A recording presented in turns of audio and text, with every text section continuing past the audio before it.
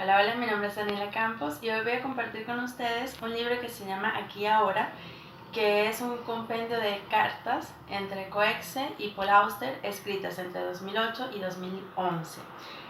La primera carta la escribe Coetzee y hace toda una reflexión en torno a la amistad y cómo no se ha escrito mucho sobre ella y sí sobre el matrimonio. Y bueno, hace varias reflexiones y Paul Auster le responde lo siguiente, le voy a leer solamente un fragmento. Una súbita y luminosa idea. Las mejores amistades, las más duraderas, se basan en la admiración. Ese es el sentimiento fundamental que relaciona a dos personas durante un prolongado periodo de tiempo. Se admira a alguien por lo que hace, por lo que es, por cómo se las arregla para andar por el mundo. Esa admiración lo ennoblece, lo realza ante tus ojos, lo eleva a una posición que, a tu juicio, es superior a la tuya. Y si esa persona también te admira a ti, y por tanto te ennoblece, te realza, te eleva a una posición que consideras superior a la tuya, entonces os encontráis en condiciones de absoluta igualdad. Ambos dais más de lo que recibís. Los dos recibís más de lo que dais. Y en la reciprocidad de ese intercambio florece la amistad. De los cuadernos de Hobart, 1809. No solo debe cultivarse el trato con los amigos, también hay que cultivar su amistad dentro de uno mismo, conservarla con esmero, cuidarla, regarla. Y de nuevo Hobart. Siempre perdemos la amistad de aquellos que pierden nuestra estima. 2. Niños. La infancia es el periodo más intenso de nuestra vida, porque lo que solemos hacer entonces lo hacemos por primera vez. Poco tengo que aportar a esto salvo un recuerdo, pero ese recuerdo parece poner de relieve el infinito valor que atribuimos a la amistad cuando somos jóvenes e incluso muy jóvenes. Yo tenía 5 años. Billy, mi mejor amigo, apareció en mi vida de una forma que ya no alcanzo a recordar. En mi memoria es un extraño y alborozado personaje de opiniones firmes y un talento bastante desarrollado para las travesuras, cosa que a mí me faltaba en grado sumo. Tenía un grave defecto del habla y pronunciaba las palabras de manera tan confusa, se le atascaban tanto en la saliva que se le acumulaba en la boca, que nadie llegaba a entender lo que decía, salvo el pequeño Paul, que le servía de intérprete. Gran parte del tiempo que pasábamos juntos lo dedicábamos a deambular por nuestro barrio residencial en New Jersey, en busca de animalitos muertos, pájaros sobre todo, pero también alguna rana o ardilla listada, para enterrarlos en el parterre que bordeaba mi casa. Ritos solemnes, cruces de madera hechas a mano, prohibido reírse. Billy aborrecía a las chicas, se negaba a rellenar las páginas de los cuadernos para colorear que mostraban representaciones de figuras femeninas, y como su color favorito era el verde, estaba convencido de que la sangre que corría por las venas de su oso de peluche era verde. Entonces, cuando teníamos 6 años y medio o 7, se mudó con su familia a otra ciudad, congoja, seguida de semanas, sino meses, de añoranza de mi amigo ausente. Por fin mi madre cedió y me dio permiso para hacer la costosa llamada de teléfono a la nueva casa de Billy. El contenido de nuestra conversación se me ha borrado de la memoria, pero recuerdo mis sentimientos tan vívidamente como me acuerdo de lo que he tomado para desayunar esta mañana. Eran los mismos que más adelante tendría de adolescente al hablar por teléfono con la chica de que me había enamorado. En tu carta haces una distinción entre amistad y amor. Cuando somos pequeños, antes de que se inicie nuestra vida erótica, no hay diferencia. La amistad y el amor son una misma cosa. 3. La amistad y el amor no son la misma cosa. Hombres y mujeres, diferencia entre matrimonio y amistad. Una última cita de Hobart, 1801. Solo debes elegir por esposa a la mujer que escogerías como amigo si fueras hombre. Una formulación bastante absurda, supongo. ¿Cómo puede ser una mujer hombre? Pero se entiende lo que quiere decir, y en el fondo no se diferencia mucho de tu observación y la caprichosa y divertida afirmación de que uno se acuesta con una mujer para estar en condiciones de hablar con ella. El matrimonio es sobre todo una conversación, Y si marido y mujer no encuentran un modo de ser amigos, su unión tiene pocas posibilidades de subsistir.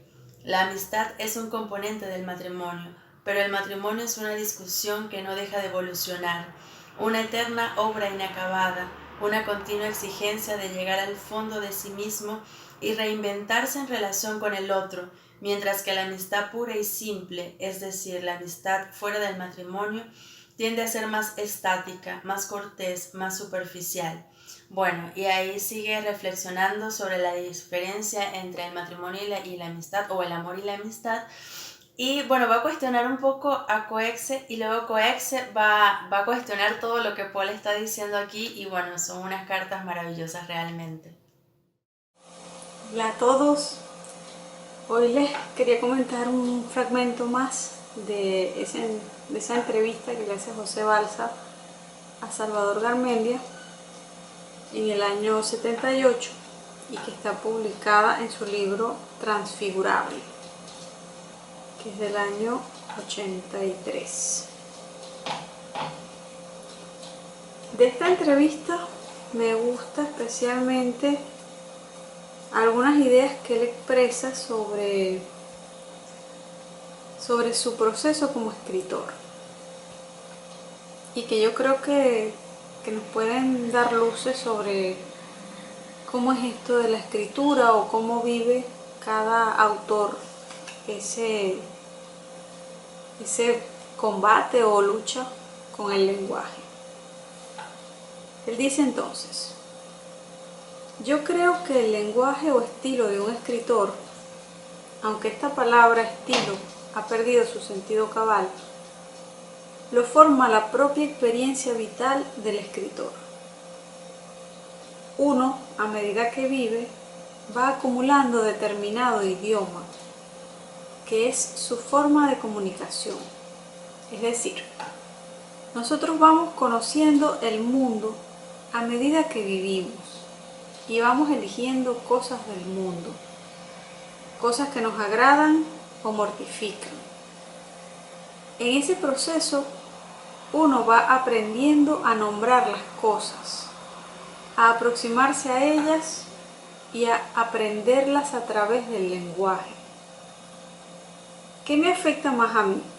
¿El tacto de las cosas, o su visión, o su olor?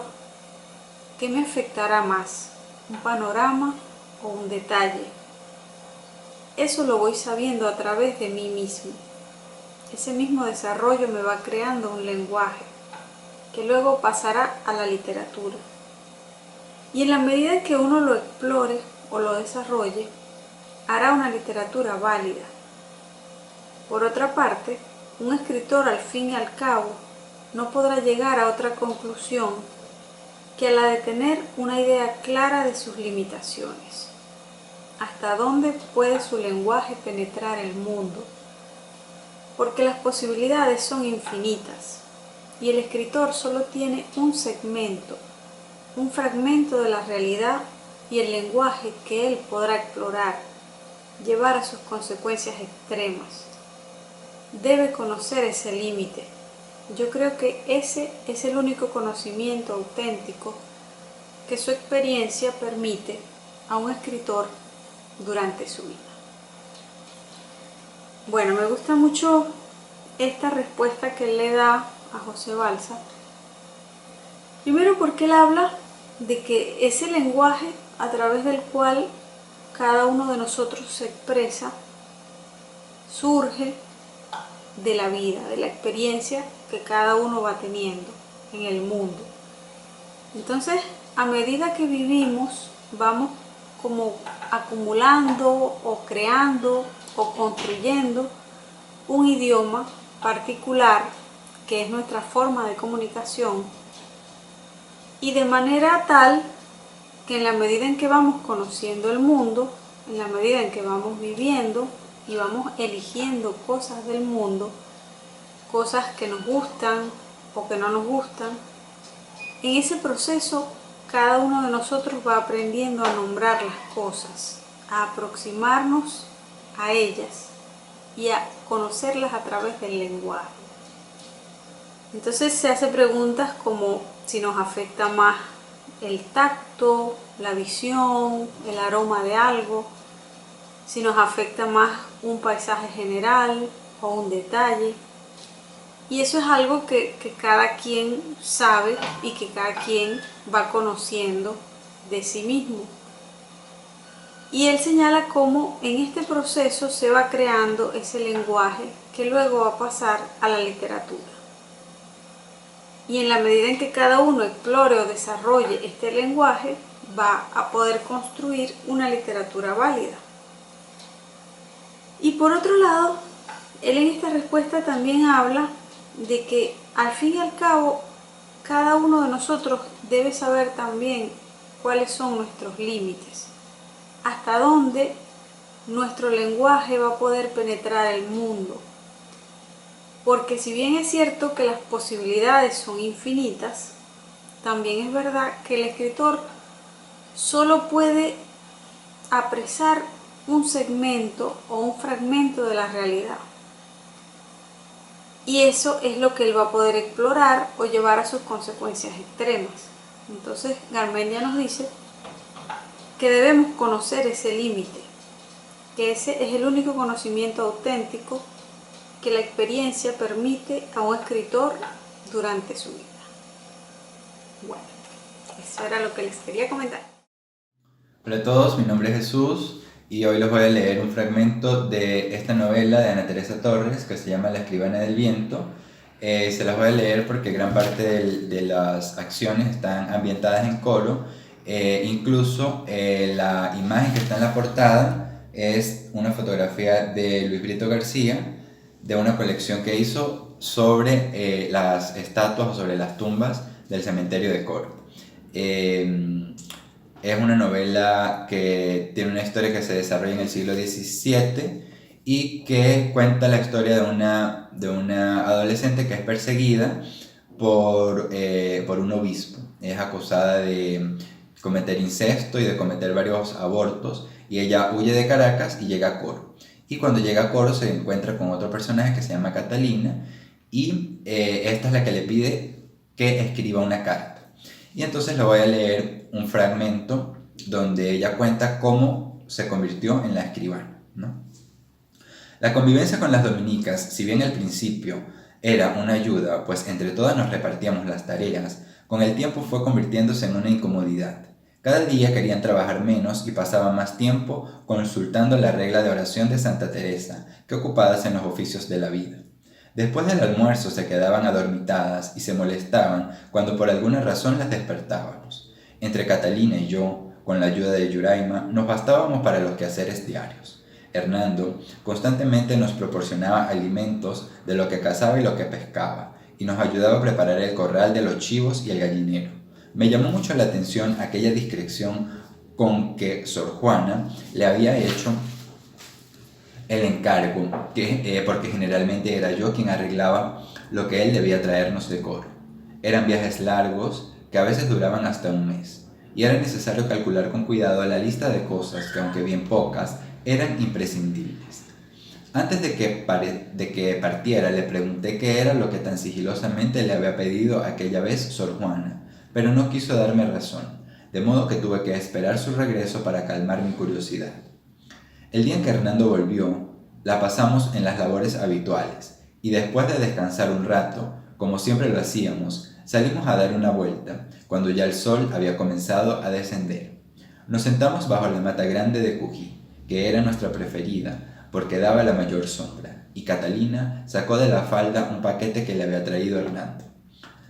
Lentamente lo desenvolvió y aparecieron muchos pliegos de papel, varias plumas, tinteros y 2 arenilleros. Esto es para que escribas lo que te voy a dictar. ¿Una carta? Una carta, en efecto. ¿Para Sor Isabel de Atienza? Para mí. Nunca había escuchado que alguien se escribiera a sí mismo. ¿Y para qué escribir lo que ya se sabe? Para que no se me olvide, ni a ti tampoco.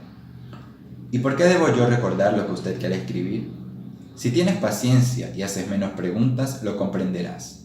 Te iré dictando un pedazo cada tarde según nuestras obligaciones nos lo permitan. ¿Estás dispuesta? Claro que lo estaba, aunque un poco insegura, porque desde que salimos de Coro no había tomado la pluma en mis manos. Iremos poco a poco hasta que te vuelva la soltura. Mi letra es muy garrafal y además no podría recordar y escribir a un tiempo. Escribe tú y mira que necesitas algo en que apoyarte. Fue a buscar a la casa un taburete y sentada en él comencé a ser su escribano. Bueno, este es el inicio de la novela. Espero les dé curiosidad por leerla y la busquen. Hola chicos, bueno, el texto que les traje hoy es un texto que recordé a partir de la lectura de Lewin de la semana pasada. Él leyó un texto de Fabio Moravito y yo recordé que en ese mismo libro, en el idioma materno, está un texto que me encantó cuando lo leí, me gustó muchísimo. De hecho, cuando Lewin leyó me emocioné y dije, tengo que buscarlo y releerlo, en fin. Y bueno, lo releí después de unos 3 años y dije, con razón lo recuerdo porque es muy bello. Y se llama Scrittore Traditore. Dice así: a los 7 años me enamoré de un compañero del colegio. Me habría podido enamorar de una niña, pero en mi escuela los niños y las niñas estaban separados. Así que me enamoré de la única niña que estaba a mi alcance. Y esa era Máximo, un niño tímido de facciones delicadísimas que no hablaba con nadie. En el primer día del colegio estábamos en el recreo y Máximo se acercó a pedirme que le amarrara los cordones de los zapatos. Se le veía desvalido entre tantos niños que gritaban correteando en el patio y quedé prendado de su hermosura y su fragilidad. Pareces una niña, le dije. Y él, quizás acostumbrado a oír eso, se limitó a sonreír. Acabó el recreo y regresamos al salón de clase. Su lugar estaba separado del mío por 2 hileras. Ni una vez volteó a mirarme y pensé que se había olvidado de mí. Llegó la hora de la lectura. Cada uno debía leer en voz alta algunos trozos de un cuento que venía en el libro. Leyeron unos cuantos niños antes de que el maestro señalara a Máximo. Él puso su dedo sobre el inicio del párrafo y pronunció la primera palabra. Mejor dicho, la balbuceó. En la segunda palabra volvió a atorarse, y también en la siguiente. Leía tan mal que no pudo concluir la frase. El maestro perdió la paciencia y le dijo a otro que siguiera leyendo. Acepté la triste verdad. Máximo, a pesar de su apariencia angelical, era un burro redomado. Entonces llegó mi turno. Tomé una decisión repentina. Leer peor que Máximo. Pienso que de haberlo hecho, ahora sería un hombre mejor del que soy. Si hay episodios decisivos en la infancia, ese fue uno de ellos. Porque después de equivocarme adrede en la primera línea, me di cuenta de que no podía seguir estropeando una palabra más, y me solté a leer con una fluidez que el maestro aprobó con un gesto de admiración. Eso es leer bien, dijo, y creo que fue entonces que vislumbré que mi vocación sería escribir libros, casi al mismo tiempo que conocí el sabor de la traición. Siempre he pensado que son 2 vocaciones estrechamente unidas.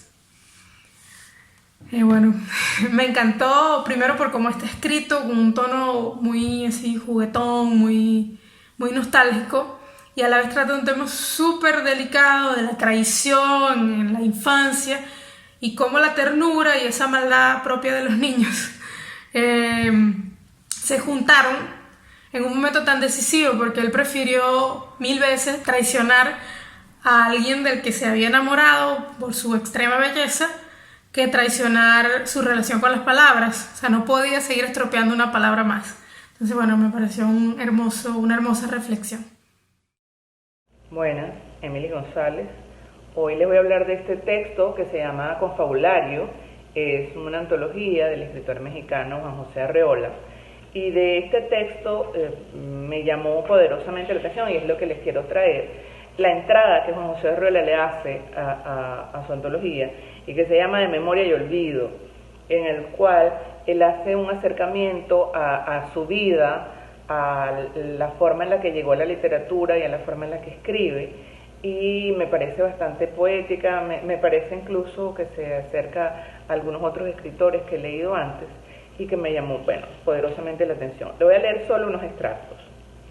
Yo, señores, soy de Zapotlán el Grande, un pueblo que de tan grande nos lo hicieron Ciudad Guzmán hace 100 años. Pero nosotros seguimos tan pueblo que todavía le decimos Zapotlán. Es un valle redondo de maíz, un circo de montañas sin más adorno que su buen temperamento, un cielo azul y una laguna que viene y se va como un delgado sueño. Desde mayo hasta diciembre se ve la estatura y pareja creciente de las milpas.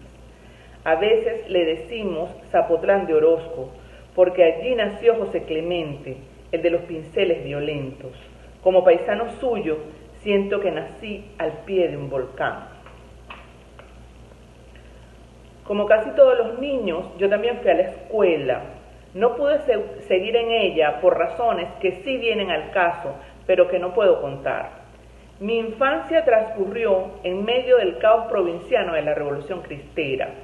Cerradas las iglesias y los colegios religiosos, yo, sobrino de señores curas y de monjas escondidas, no debía ingresar a las aulas oficiales so pena de herejía.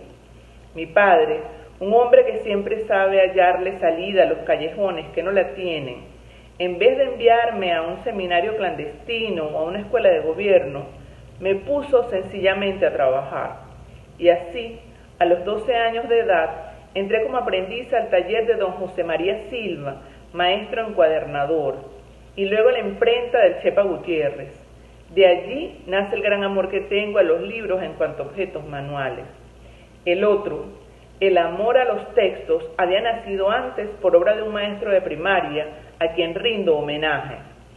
Gracias a José Ernesto Aceves, supe que había poetas en el mundo, además de comerciantes, pequeños industriales y agricultores. Aquí debo una aclaración. Mi padre, que sabe de todo, le ha hecho al comercio, a la industria y a la agricultura, siempre en pequeño, pero ha fracasado en todo. Tiene alma de poeta. Soy autodidacto, es cierto, pero a los 12 años y en Zapotlán el Grande leía Baudelaire, a Walt Whitman y a los principales fundadores de mi estilo, Papini y Marcel Shaw, junto con medio centenar de otros nombres más y menos ilustres. Y oía canciones y los dichos populares y me gustaba mucho la conversación de la gente del campo. Desde 1930 hasta la fecha he desempeñado más de 20 oficios y empleos diferentes. He sido vendedor ambulante y periodista, mozo de cuerda y cobrador de banco, impresor, comediante y panadero, lo que ustedes quieran. Una última confesión melancólica. No he tenido tiempo de ejercer la literatura, pero he dedicado todas las horas posibles para amarla. Amo el lenguaje por sobre todas las cosas y venero a los que mediante la palabra han manifestado el espíritu, desde Isaías a Franz Kafka.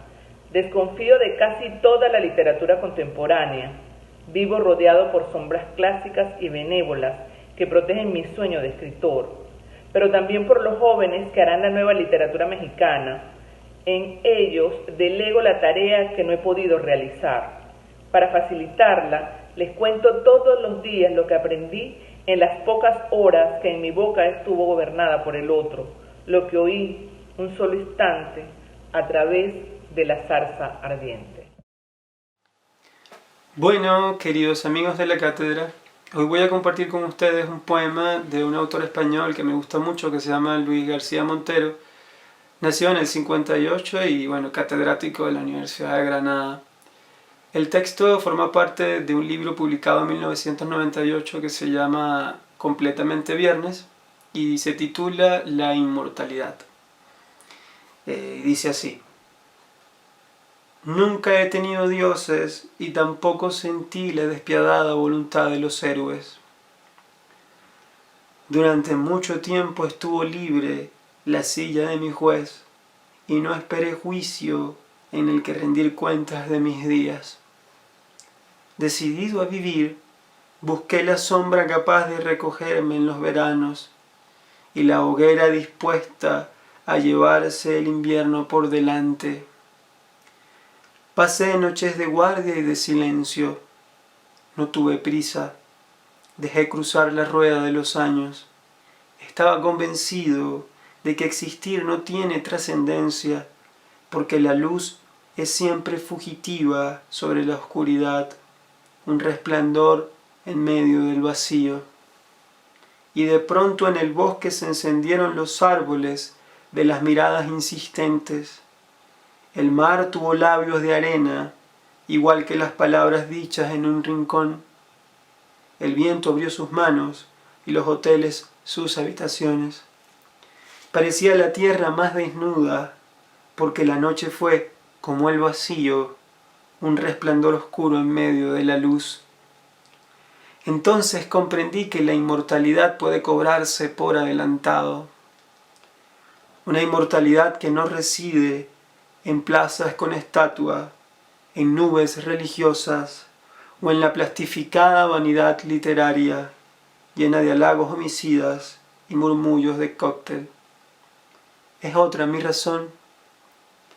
Que no me lea quien no haya visto nunca conmoverse la tierra en medio de un abrazo. La copa de cristal que pusiste al revés sobre la mesa guarda un tiempo de oro detenido. Me basta con la vida para justificarme. Y cuando me convoquen a declarar mis actos, aunque solo me escuche una silla vacía, será firme mi voz. No por lo que la muerte me prometa, sino por todo aquello que no podrá quitarme. Chaito. Hola, soy Aneidi Roberto. Saludos a todos los de la Cátedra Libre de Literatura Agustín García. En esta oportunidad quiero compartir con ustedes un texto con el cual he desarrollado, a pesar del tiempo que lo leí, una afinidad increíble y bueno, en estos tiempos de cuarentena hice una relectura y de verdad que es un texto que me sigue pareciendo maravilloso. Bueno, este texto se llama Viralata, es de Fabián Severo, un escritor uruguayo, y con esta novela este escritor ganó el Premio de Literatura Nacional en Uruguay en el año 2017. Viralata tiene la particularidad de ser un texto en el cual se conjugan muchos elementos. El más notorio es un cruce idiomático, ya que el lugar donde se narran la mayoría de las acciones, todas las acciones, es un lugar de frontera entre Uruguay y Brasil. Entonces lo más notorio del texto es esa mezcla es la convivencia entre esos dos idiomas. Viralata es, digamos, el nombre que se le dan a los perros mestizos de la calle. Y este texto es un texto en el que se manifiesta esa particularidad. El mestizaje, ¿no? Diferentes elementos que se cruzan. Es un texto totalmente de frontera, en el que, bueno, al igual que las fronteras, hay un tráfico constante de muchísimos elementos. Y además, acá, en este relato, también se evidencia una nostalgia en ese lenguaje tan poético que usa el autor para hablar de Artigas, que es ese lugar fronterizo al cual se refiere en esta novela. La verdad es un poco difícil para mí elegir algunos párrafos para compartirlos, puesto que para mí toda la novela es realmente maravillosa. Pero bueno, quisiera compartirles algunos fragmentos que elegí para esta oportunidad. Y bueno, por supuesto que el inicio de la novela. Mi historia empieza el día que la maestra nos enseñó el árbol de la familia de unos reyes. En el pizarrón dibujó los reyes, después los padres del rey y de la reina, los avós, y así siguió llenando el pasado con gajos que se iban tan para atrás que terminaban cerca de Dios. En el final de la clase mandó que nosotros hiciera de deber el árbol de nuestra familia. Cuando yo pedí para mi madre que me ayudara a completar el árbol con el nombre de los familiar, ella me miró raro y me dice que después, al rato, yo volví a pedir y ella que ahora no porque estaba haciendo cualquier bobada. Entonces yo entendí y inventé mi árbol parecido al de los reyes. Para la maestra que corrigió mis deberes, yo venía de un álamo completo y firme que protegía los huesos de mi casa.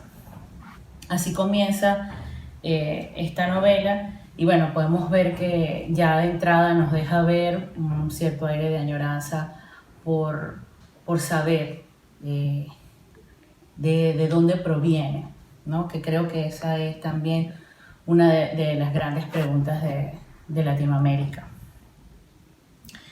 Voy a buscar ahora otro párrafo en el que también me parece maravillosa la manera como este autor narra toda esta vida, que toda su infancia y todo lo que fue su vida en Artigas.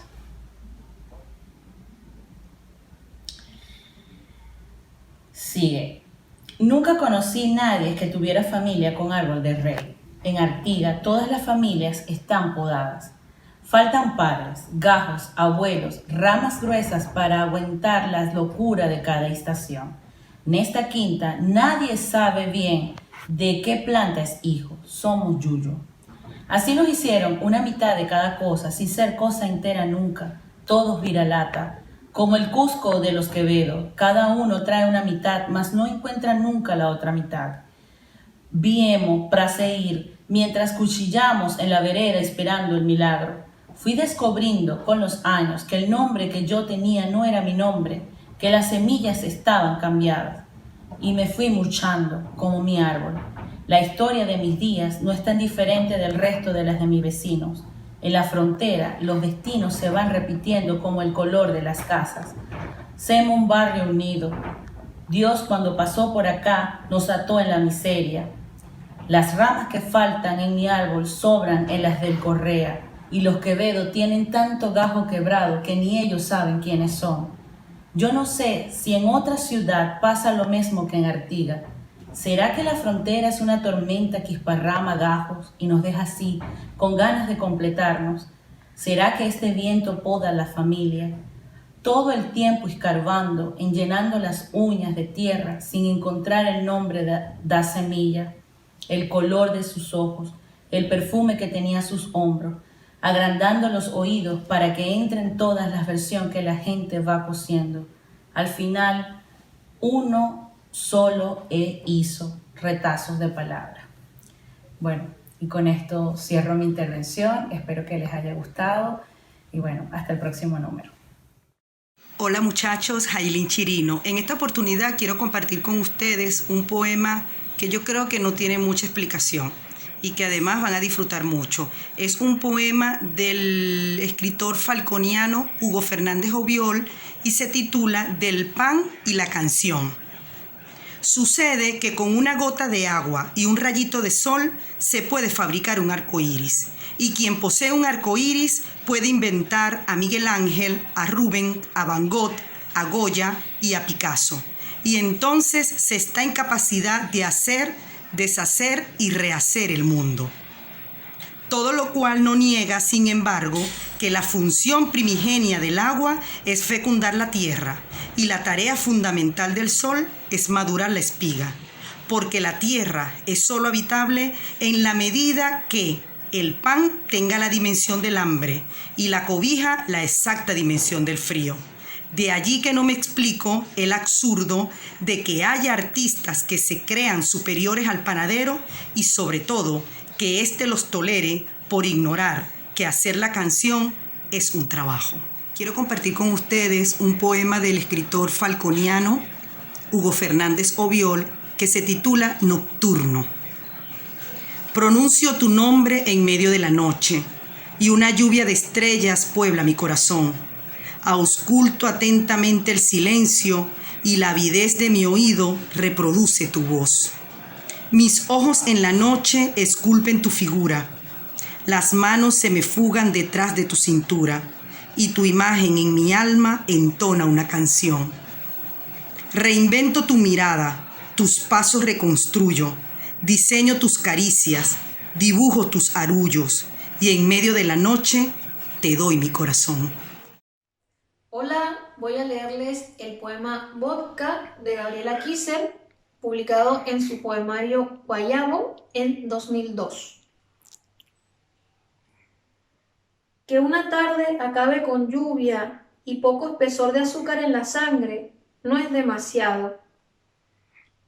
Que uno se reconcilie de pronto con el amor peor dejado y que vuelvan los cuerpos y las voces sobre la casa hundida, sin pretender alzar otra columna ni soñar que habitamos otra casa, es casi como un golpe que hace vida a la vida. Y henos aquí, jugando a que estos besos son los besos de otros, a que resbalan por la piel y no resfrían el alma.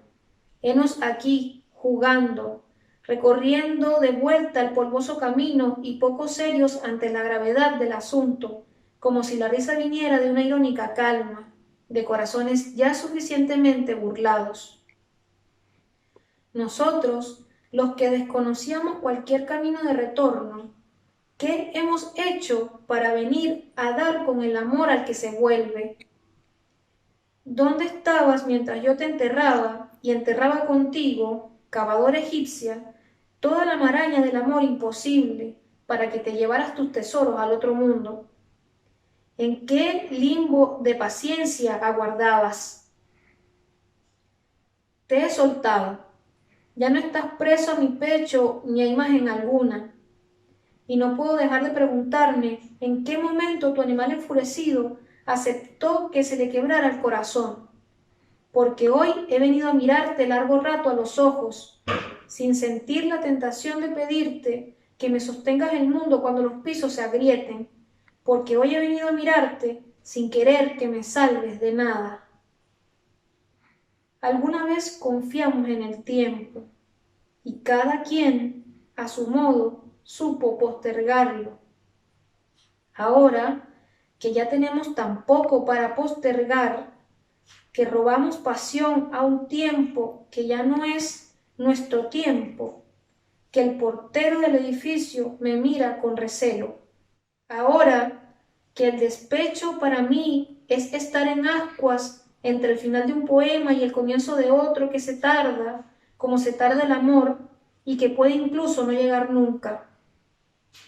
Ahora que tantas tardes se han ido sin esperarte, y que he aprendido también a sostener entre las noches el haz de un juego solitario, que no puedo negar el desierto que habita en este corazón y lo reclama. Ahora que un clavo no saca otro clavo, el pecho se tranca, de seguro no le queda otra. Ha sido hermosa la tarde, aunque tan difícil sea hablar de amor. Aunque sepamos que hay una casa que se levanta sin estructura y que esa casa es la nuestra. No te pregunto por lo que haremos otras tardes, eso lo sé, y voy a ti sin dobleces. Vuelvo a sacar 2 cubos de hielo, los pongo en un vaso y abro la botella, como quien retoma un gesto detenido por la distracción, como quien no ha dejado una noche de hacerlo.